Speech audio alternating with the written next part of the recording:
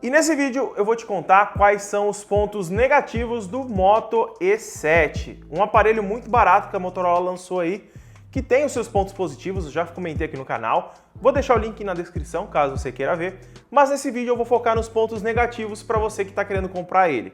Mas antes de tudo, lembrando, esses pontos são todos pontos pessoais, então eles não são para você não comprar o dispositivo, mas para você ficar atento que talvez possa ser um empecilho para você estar utilizando o aparelho quando você comprar e que eu acho válido você saber, beleza? Deixa seu like, se inscreve aí embaixo e ativa o sininho de notificação para não perder nenhum vídeo novo. Se quiser comprar o Moto E7, vou deixar os links na descrição com o melhor preço do Brasil e frete muito rápido. Agora, roda a vinheta.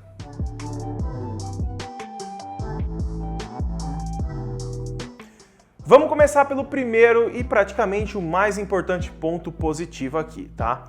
A versão de 2 GB de RAM com 32 GB de armazenamento, que é essa que eu estou aqui, tá? Na minha opinião, não vale a pena você pegar essa versão pensando futuramente, tá? Se você está procurando um aparelho para não trocar muito rapidamente, foge dessa versão e já pega a versão com 64 GB e com um pouquinho mais de memória RAM.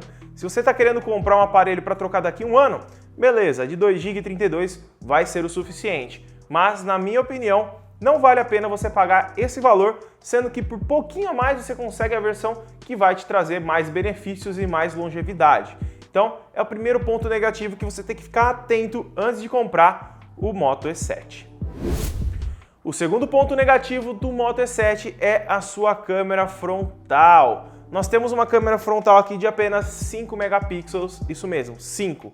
E que durante o dia ela tira fotos até legal, mas não são fotos assim bonitas para você postar no Instagram, postar no Facebook, é apenas uma câmera básica. E até o software mostra isso, não um software muito elaborado, né? A Motorola não traz um software muito bem caprichado para aparelhos de entrada. Então, se você está focando em câmera frontal, eu não recomendo o Moto E7. É um aparelho bem básico em relação a câmeras. A câmera traseira principal é um ponto positivo do aparelho, porque tem bastante megapixels e tem uma qualidade decente para a faixa de preço do aparelho, mas a câmera frontal é o oposto. Na minha opinião, se você está em busca de uma câmera para selfie, compensa você pegar pelo menos o Moto E7 Plus.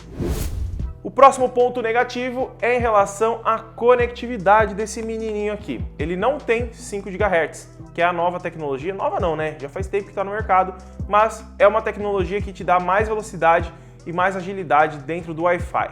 Se você é um usuário comum e não sabe nem o que é isso, talvez você nem vai sentir diferença.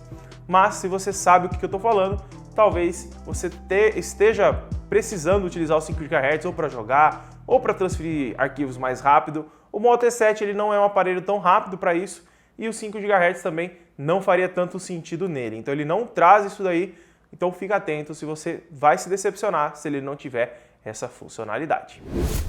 O próximo ponto negativo é em relação ao slot, tá? De cartão de memória. Ele é um slot híbrido, então você tem que escolher entre um chip e um cartão de memória ou 2 chips. Ele não vem com aquele slot triplo que muitas pessoas ainda utilizam e que a Motorola lá trazia nos seus aparelhos e era um diferencial em praticamente todos eles e a Motorola deixou um pouco isso de lado. Então, se você está utilizando 2 chips, se você comprar o Moto E7 e tiver um cartão de memória, você vai ter que se dividir aí, tirar algum por meio aí para conseguir colocar dentro dele.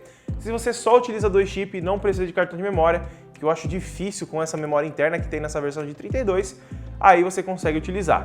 Mas eu recomendo você pegar pelo menos a versão de 64 GB.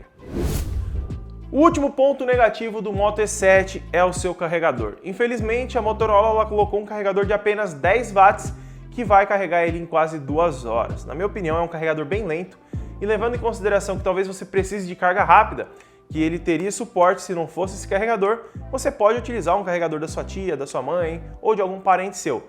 Mas a Motorola ela não inclui na caixa um carregador de 15 watts que na minha opinião seria o mínimo para uma bateria de 4.000 mAh. Eu já vi aparelhos com 4.000 mAh vindo com 5 watts, mas olha, é complicado, viu? Demora para carregar e você vai ficar um pouco decepcionado, beleza? Então, esses foram os pontos negativos do Moto E7.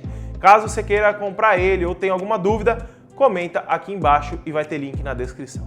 Deixa seu like, se inscreve no canal e ativa o sininho de notificação para não perder nenhum vídeo novo que sai do Moto E7 e de outros smartphones aqui pro canal, beleza? Muito obrigado por ter assistido e até o próximo vídeo.